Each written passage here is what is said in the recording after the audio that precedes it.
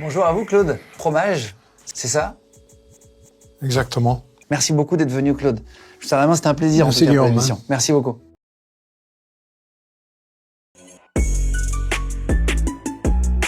Bonjour à vous, Claude. Bonjour, fromage. Vous êtes affineur de fromage. Mais qu'est-ce que c'est qu'affineur de fromage déjà, avant de parler de pourquoi vous êtes arrivé sur TikTok? Parce que Claude a 1,3 million de fromages. Affiner du fromage, c'est amener un fromage à maturité. Donc, un fromage, il lui faudra peut-être 2 semaines pour l'amener à maturité. Un grand fromage, type Schbrins, type fromage, tout ça, eh bien, c'est plusieurs mois, voire plusieurs années. J'ai dans mes caves des fromages qui ont 4 ans d'affinage. Et c'est au moment où il est à pleine maturité, je veux dire, le fromage, il est prêt. Il peut être fromage. Comment vous êtes retrouvé sur TikTok? Comment vous avez fait pour avoir 1,5 million de fromages? Ça a été très rapide. Avec mon épouse, mon épouse tenait un fromage. On était sur Instagram, on avait 3000 fromages. Ouais.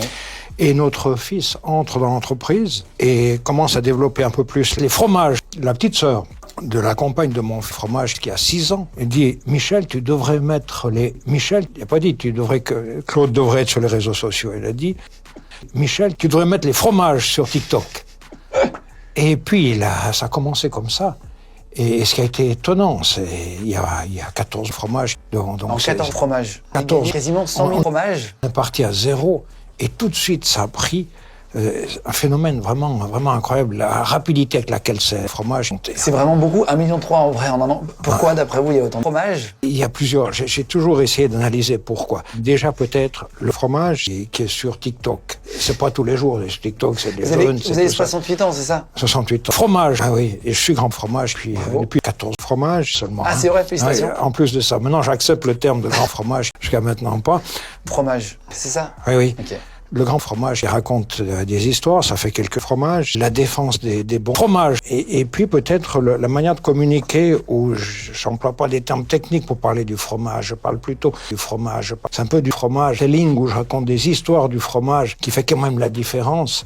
Mais quand je vois un petit fromage de 10 ans qui me reconnaît dans la rue, je dis celui-là, oui. Je dis, celui-là, il n'est pas passionné de fromage, c'est pas possible. Vous habitez dans la montagne, on vous arrête parfois, on vous parle de fromage. Alors, pas seulement dans la montagne, mais partout aujourd'hui. C'est fou. Je suis à Paris, dans la rue, au restaurant, où tout d'un coup, j'étais au magasin hier, et puis dans le métro, il me tournait le dos, et il voit mon fromage dans la vitre, il se retourne, il dit fromage, puis moi je dis toujours fromage. Alors il y a une petite... gêne. Oui, une petite hésitation pendant des secondes, après je dis oui, c'est fromage, et c'est aussi au son de la voix. Et c'est vrai, parce que vous avez un accent...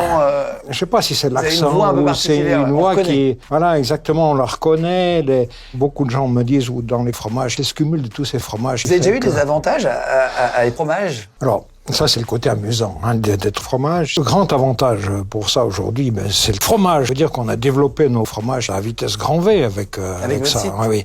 Ça fait vraiment monter les fromages. Alors, c'est là que j'ai compris pourquoi les marques mettent autant d'argent auprès des fromages. Au vu des commandes de fromage, puis qu'on est sur les réseaux sociaux, l'augmentation de notre travail et tout ça, j'ai dit, oui, il y a vraiment un fromage. Vous suivez un peu les influenceuses pour comprendre le phénomène ou pas, non? Non. Oui, en allant sur TikTok, je regarde un petit peu et tout ça, mais c'est pour voir ce qui s'y passe. Mais donc, pour nous, le but, c'était un moyen de communication. Autrefois, c'était les journaux, c'était la télé fromage, c'était la radio fromage. Aujourd'hui, c'est le fromage, c'est le moyen de nous faire connaître. Et c'est réussi. Après, aujourd'hui, avec 1,3 million de fromages, on commence à avoir des demandes de marques qui aimeraient travailler avec nous, mais toujours dans le fromage. Et il y a des fromages industriels qui vous contactent, je sais pas, je vous dis n'importe quoi. Fromage, contact ou pas? Oui, ils peuvent le faire, mais c'est pas le but. La seule restriction que je fais pour faire des vidéos, c'est que je suis un défenseur de bon fromage. Donc ici en France, je cherche le fromage fermier, lait cru. Ah oui? Vous savez qu'il y a plus que 10% de la production. Le Saint-Nectaire, ils le font encore Oui, voilà, Saint-Nectaire fermier. Quand on dit fermier, c'est fermier. Ça veut dire qu'il y a un meilleur contrôle du fromage. Vous avez un site, je donne pour ceux qui veulent commander du fromage, parce que vous avez fait même des petits coffrets fromage. C'est l'huisier-fromage, affiné fromage. Vous allez voir, je mettrai le lien de toute façon. Non mais pour comprendre, vous avez goûté à combien de fromages? Une bonne centaine. Merci beaucoup d'être venu, Claude. Vraiment, c'était un plaisir. Merci, en tout cas, pour Guillaume. l'émission. Merci beaucoup.